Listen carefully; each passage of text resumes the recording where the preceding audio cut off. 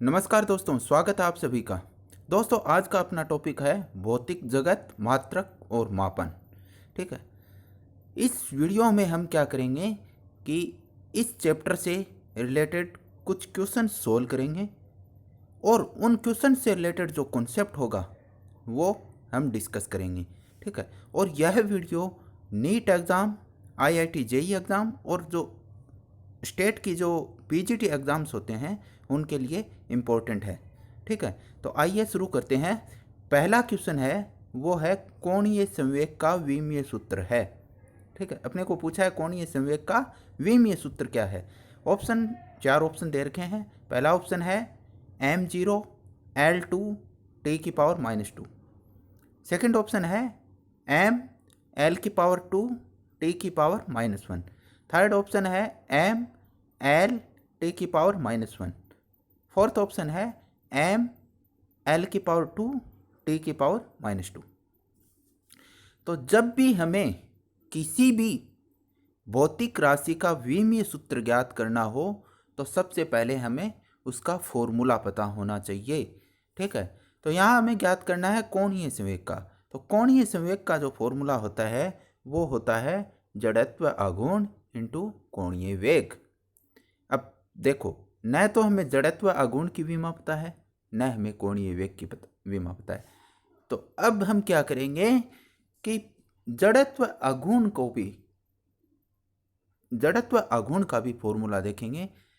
ठीक है। तो जड़त्व आघूर्ण का फॉर्मूला होता है द्रव्यमान इंटू परिभ्रमण त्रिज्या का स्क्वायर। ठीक है। अब देखो, द्रव्यमान की जो ये 7 मूल राशियाँ होती है जिनकी विमाएं हमें पता होती है। कौन कौन सी? जैसे द्रव्यमान की विमा क्या होती है? m। लंबाई की विमा क्या होती है? l। ठीक है। और समय की विमा क्या होती है? t। इसी प्रकार धारा की विमा क्या होती है? a। ठीक है। पदार्थ की मात्रा की विमा होती है मोल। ठीक है। तो ये जो कुछ 7 भौतिक राशियां हैं इनकी विमाएं हमें पता होती है। ठीक है। तो द्रव्यमान की विमा क्या हो गई? m। और परिभ्रमण त्रिज्या, देखो, चाप, त्रिज्या, लंबाई, दूरी, विस्थापन, इन सभी की विमा क्या होती है? l। याद रखना अपने को, चाप, त्रिज्या, लंबाई, दूरी, विस्थापन, इन सभी की विमा क्या होती है? l। अब देखो, त्रिज्या कोई भी दे सकते हैं, सामान्य त्रिज्या भी दे सकते हैं, किसी में परिभ्रमण त्रिज्या कुछ भी लिख सकते हैं, लेकिन अगर त्रिज्या दे रखी है तो त्रिज्या की विमा क्या होगी? l। तो यहाँ से देखो, जड़त्व आघूर्ण की हमें विमा पता चल गई। क्या होगी? वो हो जाएगी ये, द्रव्यमान की m हो गई, परिभ्रमण त्रिज्या की l हो गई, लेकिन ये स्क्वायर दे रखा है तो l² हो जाएगी, तो ये विमा आ गई। और विमा को हमें ध्यान रखना है, विमा को हम हमेशा बड़े कोष्टक में ही लिखते हैं। ठीक है। अब द्रव्यमान की विमा मैंने बताई थी m। अब अपने को पता करनी है कोणीय वेग की विमा क्या होगी। तो कोणीय वेग की विमा होती है, सबसे पहले कोणीय वेग का फॉर्मूला होता है कोण बटे समय। अब देखो, कोण और कोणीय विस्थापन, जिसको थीटा से रिप्रेजेंट करते हैं, यह एक विमाहीन राशि है। ठीक है। यह एक कैसी राशि है? विमाहीन राशि है। तो विमाहीन राशि की विमाओं को ऐसे लिखते हैं। ठीक है। m⁴, l⁴, t⁴। ठीक। इसी प्रकार त्रिकोणमितीय अनुपात, जैसे sine theta, cos theta, tan theta, cot theta, sec theta, cosec theta, इन सभी की विमा भी क्या है? ये भी सभी क्या है? एक विमाहीन राशि है। ठीक है। तो यहाँ देखो, कोणीय वेग में कोण की विमा पता चल गई, ये एक विमाहीन राशि है। और समय की विमा क्या होती है? t। तो यहाँ से अपने को देखो, ये विमाहीन बटे ये t आ गया, तो ये आ जाएगी ये m⁴, l⁴, t⁻⁻1। तो ये आ गई अपने पास कोणीय वेग की विमा। ठीक है। तो यहाँ देखो, कोणीय संवेग जिसमें जड़त्व आघूर्ण इंटू कोणीय वेग है, तो जड़त्व आघूर्ण की भी विमा पता चल गई और कोणीय वेग की भी विमा पता चल गई। तो यहाँ से हम इसकी ये लिख देंगे, ये जड़त्व आघूर्ण की विमा हो गई, ये जो कोणीय वेग है उसकी विमा हो गई। ठीक है, तो ये इसकी आ जाएगी कोणीय संवेग की विमा। ठीक है, अब अपने को एक चीज और ध्यान रखना है कि समय RC और L/R इन सभी की विमा होती है कैपिटल T, यानी T। जो समय की विमा होती है वो इन तीनों की विमा होती है। जनरली हमें समय की तो देखो कोई पूछता नहीं है, पूछ सकते हैं क्या है कि R दिया हुआ होगा कि R कह देंगे ये प्रतिरोध है और C धारिता है, तो RC की विमा क्या होगी ये पूछ सकते हैं। ठीक है, तो वो अपने को पता है क्या होती है, समय की विमा के बराबर होती है। इसी प्रकार पूछ सकते हैं कि प्रेरकत्व दे रखा है और प्रतिरोध दे रखा है, तो प्रेरकत्व अपॉन प्रतिरोध इसकी विमा क्या होगी, तो वो भी किसकी विमा के बराबर होती है, समय की विमा के बराबर होती है। तो इस क्वेश्चन में अपने को देखो कम से कम 6-7 क्वांटिटीज हैं जिनकी विमा पता चल गई।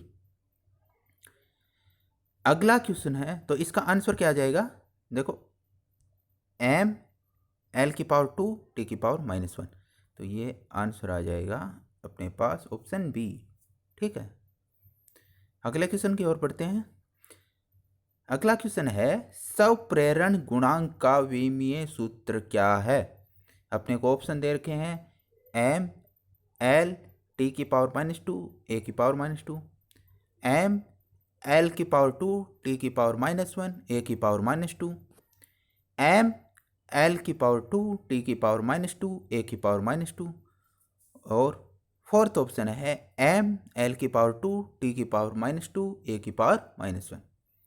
तो अपने को क्या बताना है, स्वप्रेरण गुणांक, जिसको हम स्वप्रेरकत्व भी बोलते हैं, उसका विमीय सूत्र क्या है। तो देखते हैं सबसे पहले इससे रिलेटेड कॉन्सेप्ट को। तो स्वप्रेरण गुणांक क्या है। ठीक है, हमने क्या किया कि एक कुंडली ली, ठीक है, कॉइल ली, और उसको एक AC सोर्स से जोड़ दिया, प्रत्यावर्ती धारा का जो सोर्स है उससे जोड़ दिया। तो इस जो कुंडली में जो करंट प्रवाहित होगा, इस कुंडली का कुछ रेजिस्टेंस होगा, कुछ इसका प्रेरकत्व होगा। ठीक है, इसके कारण इसमें क्या होगा, करंट प्रवाहित होगा, और वो करंट कैसा होगा, करंट कैसा होगा, वो कैसा करंट होगा, AC करंट होगा। ठीक है, यानी प्रत्यावर्ती धारा बहेगी। अब प्रत्यावर्ती धारा हम इसमें क्या देखेंगे कि जब भी किसी चालक में कोई करंट बहता है तो वह अपने चारों ओर एक चुंबकीय क्षेत्र उत्पन्न कर देता है। ये याद रखना है, जब भी किसी चालक में धारा बहती है तो वह अपने चारों ओर एक चुंबकीय क्षेत्र उत्पन्न कर देता है। ठीक है, तो इसमें भी, इस केस में भी क्या होगा, इस कुंडली से प्रत्यावर्ती धारा बहेगी तो इसके चारों ओर एक चुंबकीय क्षेत्र उत्पन्न हो जाएगा। ठीक है, अब एक कॉन्सेप्ट और होता है लेंज का नियम। लेंज का नियम, लेंज का नियम क्या कहता है कि जब भी कोई चालक समय के साथ परिवर्तित चुंबकीय क्षेत्र में रखा जाता है तो उसके सिरों पर एक विभव उत्पन्न हो जाता है, यानी वोल्टेज उत्पन्न हो जाती है। ठीक है, ये क्या, सॉरी, ये फैराडे का नियम है, ये लेंज का नियम नहीं है, फैराडे का नियम है, मैंने गलत बोल दिया, ये फैराडे का नियम है। फैराडे ने क्या कहा कि जब भी कोई चालक है वो किसी समय के साथ परिवर्तित चुंबकीय क्षेत्र में रखा जाता है तो उसके सिरों पर एक वोल्टेज उत्पन्न हो जाती है, और उस वोल्टेज का मान हम इस फॉर्मूले से निकालते हैं। ठीक है, V बराबर L/dI/dt। ठीक है, V बराबर L/dI/dt। यहाँ V वोल्टेज है, dI/dt क्या है, जो अपनी कुंडली थी उसमें जो करंट प्रवाहित हो रहा था, एसी करंट प्रवाहित हो रहा था, तो उसकी rate of change with time, समय के साथ उसके परिवर्तन की दर क्या है, वो है। ठीक है। और एल यहाँ क्या है, प्रेरकत्व है। अब देखो, एक होता है सेल्फ इंडक्टेंस जिसको स्वप्रेरकत्व बोलते हैं, एक होता है म्यूचुअल इंडक्टेंस। ठीक है। तो लेकिन दोनों की विमाई क्या होती है, सेम ही होती है। ठीक है। तो यहां से देखो, यहां से मैंने क्या किया, इस एल को इधर कर लिया, तो यह हो जाएगा v dt upon D I. अब ये डी आई क्या होता है, ये डिफरेंशियल है, और डिफरेंशियल क्या बताता है, उसमें उस क्वांटिटी में स्मॉल चेंज। ठीक है। तो यहाँ क्या बताएगा कि अगर धारा में स्मॉल चेंज हो रहा है तो उसके साथ समय में कितना चेंज हो रहा है, स्मॉल चेंज ही होगा लेकिन वो चेंज कितना होगा वो। ठीक है। अब वोल्टेज क्या होता है, वोल्टेज होता है एकांक द्रव्यमान को किसी एक बिंदु से दूसरे बिंदु तक लाने में किया गया कार्य। ठीक है। वोल्टेज यानी विभव क्या होता है, एकांत द्रव्यमान को एक बिंदु से दूसरे बिंदु तक लाने में किया गया कार्य। अब वो बिंदु कहाँ होंगे, विद्युत क्षेत्र में। ठीक है। विद्युत क्षेत्र में दो बिंदु है, एक बिंदु पर कोई इकाई आवेश रखा हुआ है, उस इकाई आवेश को हम उस बिंदु से हटा के दूसरे बिंदु पे लेके आ रहे हैं। समझ में आया। ठीक है। तो V हो जाएगा W/Q, जहाँ W क्या है, कार्य, और Q क्या है, आवेश। अब आवेश देखो, धारा क्या होती है, समय के साथ आवेश में परिवर्तन की दर, dQ/dt। ठीक है। तो मैंने आवेश को लिख दिया I × T। I क्या होता है, Q/T, तो Q क्या हो जाएगा, I × T। ठीक है। तो यह W/I × Q, I × T। अब कार्य क्या होता है, फोर्स इंटू दूरी। ठीक है। ये कार्य का फॉर्मूला है। कार्य क्या होता है, फोर्स इंटू दूरी। ठीक है। और फोर्स क्या होता है, द्रव्यमान इंटू त्वरण। ठीक है। इंटू ये दूरी, दूरी होगी आर। ठीक है। अब द्रव्यमान की विमा पता है, आर की विमा पता है। ए क्या है, त्वरण। त्वरण होता है दूरी बटे समय स्क्वायर। त्वरण को हम लिख सकते हैं दूरी बटे समय स्क्वायर। त्वरण वैसे होता है, देखो त्वरण अपन वैसे आगे की कक्षाओं में पढ़ेंगे, अगले चैप्टर में जब भी बात करेंगे। त्वरण होता है वेग बटे समय। ठीक है। और वेग होता है दूरी यानी विस्थापन, विस्थापन बटे समय। तो ये तो v बराबर L/T, और a होता है v/T। तो यहाँ से देखो ये रखेंगे v के मान, तो ये हो जाएगा L/T²। ठीक है। तो a क्या हो गया, देखो ये m, a क्या हो गया, L/T²। तो ये क्या हो जाएगा, mL/T⁻²। ये किसकी विमा आ गई, बल की विमा आ गई। दूरी की विमा L होगी। ठीक है। धारा की विमा मैंने क्या बताई थी, A, और ये टाइम दिया है, टाइम की विमा T। जब इसको सोल्व करेंगे तो अपने पास विमा आ जाएगी ये। ठीक है। तो ये आ गई m L⁻², T⁻−3, A⁻−1। अगर अपने को पूछे प्रेरकत्व की विमा क्या है, तो प्रेरकत्व की विमा भी क्या होगी, सेम होगी।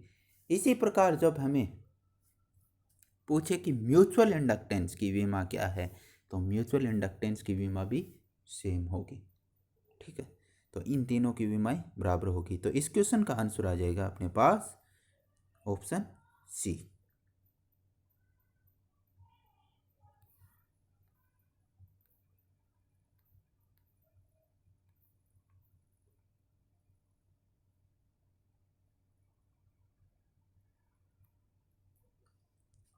अब देखो मैंने अलग अलग विमाएँ भी अलग अलग बताई है कि विभव या विभवांतर की विमा, जैसे ऊपर मैंने लिखे थे विभव का फॉर्मूला क्या बताया था, W/Q। तो W/Q की यहाँ से देखो मैंने ये विमा ज्ञात की थी W/Q, तो ये आ गई विभव या विभवांतर की विमा। तो यहाँ से अपने देखो इस क्वेश्चन से अपने को विभव या विभवांतर की विमा भी पता चल गई। ठीक है, और विभव में क्या आया था, विभव क्या बताया था, W/Q। तो W क्या है, यहाँ कार्य है, तो कार्य की विमा भी अपने को पता चल गई। ठीक है, और याद रखना है कार्य और ऊर्जा इन दोनों की विमाएँ सेम होती है। अब ऊर्जा में क्या है, कई बार दे देते हैं स्थितिज ऊर्जा क्या है, गतिज ऊर्जा क्या है, घूर्णन ऊर्जा, कुछ भी दे सकते हैं। ठीक है, लेकिन अगर ऊर्जा शब्द आया है तो ऊर्जा की विमा क्या होगी, सेम यही होगी। चाहे स्थितिज ऊर्जा लिख दे, चाहे गतिज ऊर्जा लिख दे, चाहे घूर्णन ऊर्जा लिख दे, या कोई और ऊर्जा लिख दे, लेकिन विमा क्या रहेगी, ये वाली विमा ही रहेगी। ठीक है, इसके साथ ही हमने देखा आवेश। आवेश को मैंने बताया था धारा गुणा समय। तो धारा की विमा ए होती है और समय की टी हो गई, तो ये आवेश की विमा आ गई। धारा की विमा मैंने बताई थी ए होती है। तो इस क्वेश्चन से भी हमें कम से कम 5-6 भौतिक राशियां हैं जिनकी विमाएं पता चल गई। ठीक है, अगला क्वेश्चन है चुंबकशीलता म्यू का विमीय सूत्र क्या है। ठीक है, अपने को ऑप्शन दे रखे हैं M/L T⁻², A⁻²। Second option दे रखा है M0 L⁻1 T⁻1। Third option दे रखा है M⁻0 L⁻2 T⁻−1 A⁻2।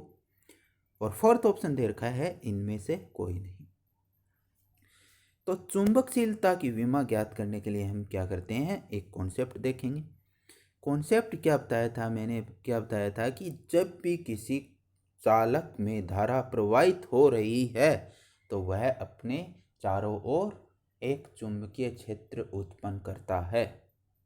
ठीक है, अब इस चुंबकीय क्षेत्र में अगर कोई दूसरा चालक जिसमें धारा प्रवाहित हो रही हो, अगर इस चुंबकीय क्षेत्र में लाकर रख देंगे तो इस जो दूसरा चालक था उस पर क्या है, एक बल लगेगा।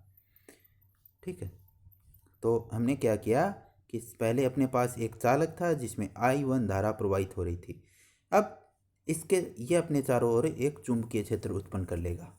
ठीक है, इस चुंबकीय क्षेत्र में मैंने दूसरा चालक जिसमें धारा I2 प्रवाहित हो रही है वो लाकर रख दिया। तो इस चालक पे क्या है, एक बल लगेगा। उस बल का यानी इस चालक के एकांक लंबाई पर जो बल लगेगा उसका फॉर्मूला ये है म्यू I1I2/2πr। यहाँ म्यू क्या है, चुंबकशीलता है। I1 इस चालक में प्रवाहित धारा, I2 इस चालक में प्रवाहित धारा, और R क्या है, इन दोनों के बीच की दूरी। ठीक है, इन दोनों के बीच की दूरी। तो इस चालक के एकांक लंबाई पे जो बल लगेगा वो इस फॉर्मूले से हम ज्ञात कर सकते हैं। तो यहाँ ध्यान से देखो, इस फॉर्मूले में अपने पास म्यू आ गई चुंबकशीलता, अपने को विमा भी इसी की ज्ञात करनी है। अब देखो बल की मैंने विमा बताई थी, बल क्या होता है, द्रव्यमान इंटू त्वरण। द्रव्यमान m हो गया, त्वरण की क्या बताई थी, लंबाई बटे समय स्क्वायर। ठीक है, यानी ये विस्थापन बटे समय स्क्वायर, विस्थापन की विमा L होती है और समय की T² हो गई। तो ये आ जाएगी M/L⁻²। ये अपने को वैसे याद ही रख लेना चाहिए कि देखो वेग की विमा पता होनी चाहिए, वेग की विमा याद कर लेना, दूसरी त्वरण की विमा याद कर लेना। ठीक है, ये कुछ राशियां हैं जिनकी अपने को विमा पता होनी चाहिए ताकि अपना उनको निकालने में टाइम कंज्यूम ना हो। तो ये आ गई अपने पास बल की विमा हो गई। अब ये लंबाई है तो लंबाई की विमा हो गई L। ठीक है, तो ये वाली मैंने यहाँ लिख दी। अब इस साइड देखेंगे तो म्यू की अपने को विमा यानी चुंबकशीलता की विमा ज्ञात करनी है। यह दोनों करंट है तो करंट की विमा क्या हो जाएगी, ए, 2 बार 2 हैं तो ए स्क्वायर हो जाएगी। 2 पाई, कोई भी कांस्टेंट राशि अचर राशि होती है वो विमाहीन राशि होती है, उसकी कोई विमा नहीं होती। तो ये 2 पाई क्या है, एक अचर राशि है, इसकी विमा नहीं होती।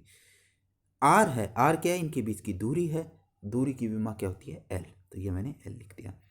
अब इसको जैसे ही फर्दर सोल्व करेंगे तो अपने पास यहाँ से म्यू की विमा आ जाएगी एम की पावर एल, सॉरी एम की पावर 1, एल की पावर 1, टी की पावर -2, ए की पावर -2।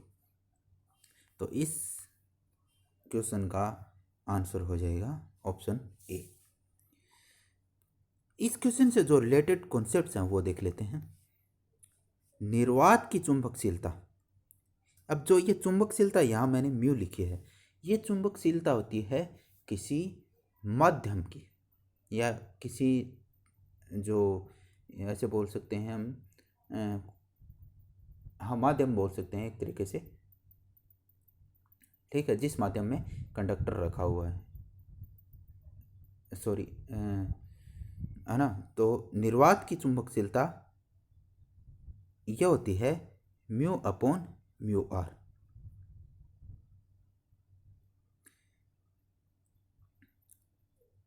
यानी ये निर्वात की चुंबकशीलता है और जो म्यू आर है वो किसी पदार्थ की निर्वात के रिस्पेक्ट में क्या चुंबकशीलता है वो है, ठीक है, और म्यू हो जाएगी उस पदार्थ की चुंबकशीलता, ठीक है। तो ये जो अपेक्षिक, इस म्यू आर को बोलते हैं अपेक्षिक चुंबकशीलता, ये एक विमाहीन राशि होती है, ठीक है। यहाँ से अपने को पता चल गया कि जो निर्वात की चुंबकशीलता होती है वो उसकी विमा होती है वो म्यू की विमा के बराबर ही होती है। तो अगर सीधा चुंबकशीलता लिखे या फिर निर्वात की चुंबकशीलता लिखे, इन दोनों की विमाएं सेम होती है।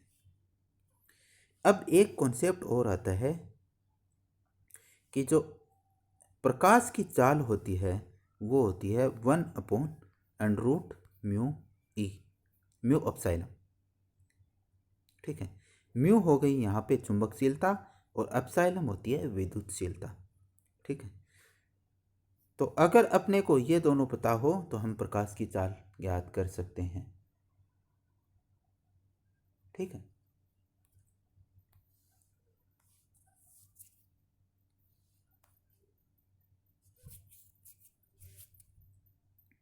तो निर्वात में प्रकाश की चाल क्या हो जाएगी, जो म्यू है उसको म्यू नोट और एप्सिलॉन है उसको एप्सिलॉन नोट से रिप्रेजेंट कर दूंगा, क्योंकि म्यू नोट में होता है निर्वात में प्रकाश की चुंबकशीलता और एप्सिलॉन नोट होता है निर्वात में, सॉरी म्यू नोट होता है निर्वात में चुंबकशीलता और एप्सिलॉन नोट होता है निर्वात में विद्युतशीलता, ठीक है। अब प्रकाश की चाल, चाल या वेग, इसकी मैंने विमा बताई थी। चाल या वेग, चाल बराबर होता है दूरी बट्टे समय, दूरी की विमा होगी एल और समय की टी, तो यह आ जाएगी एल टी की पावर -1। इसी प्रकार वेग होता है विस्थापन और विस्थापन बटे समय, तो विस्थापन की विमा भी क्या होती है एल और समय की टी, तो ये भी हो जाएगा एल टी की पावर -1। तो इधर देखो, इसको मैंने दोनों तरफ स्क्वायर कर दिया तो ये जो अंडर का साइन हट जाएगा, तो एल टी की पावर -1 का होल स्क्वायर इस साइड आ गई, लेफ्ट हैंड साइड की विमा आ गई, बराबर 1/म्यू नोट की विमा हमने ज्ञात की थी वो रख दी और एप्सिलॉन रख दिया, ठीक है। तो यहाँ से एप्सिलॉन की विमा आ जाएगी ये, ठीक है। इसको जब हम सोल्व करेंगे तो एप्सिलॉन की विमा आ जाएगी। अब एप्सिलॉन क्या होता है, एप्सिलॉन बराबर होता है epsilon naught into epsilon are.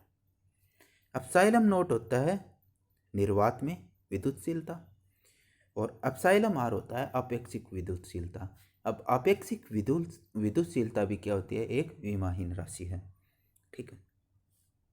तो इसकी विमा, ये विमाहीन राशि हो गई। तो यहाँ से अपने को पता चल गया कि जो एप्सिलॉन की विमा है वही एप्सिलॉन नॉट की विमा होगी। ठीक है, यहाँ पे देखो मैंने क्या बताया था, म्यू नॉट होता है कि विद्युत क्षेत्र अगर निर्वात में स्थापित हो, ठीक है, तो उसकी चुंबकशीलता ये होती है। म्यू होता है विद्युत चुंबकशीलता, जब जो विद्युत अपने पास विद्युत क्षेत्र है या विद्युत, अगर आगे आगे हम चैप्टर्स में पढ़ेंगे विद्युत फ्लक्स, अगर विद्युत फ्लक्स किसी पदार्थ या किसी मीडियम से प्रवाहित हो रहा है तो उसकी विद्युत चुंबकशीलता को हम म्यू से रिप्रेजेंट करते हैं। ठीक है, तो इस वीडियो में हमने 3 क्वेश्चन देखे हैं, उसको सोल्व किए हैं और उनसे रिलेटेड जो भी कॉन्सेप्ट था वो हमने देखा है। ठीक है, तो अगले वीडियो में हम इसी चैप्टर से कुछ और क्वेश्चन सोल्व करेंगे। अगर मेरा वीडियो आपको पसंद आया हो तो वीडियो को लाइक कीजिए, शेयर कीजिए और मेरे चैनल को सब्सक्राइब कीजिए। तब तक के लिए धन्यवाद।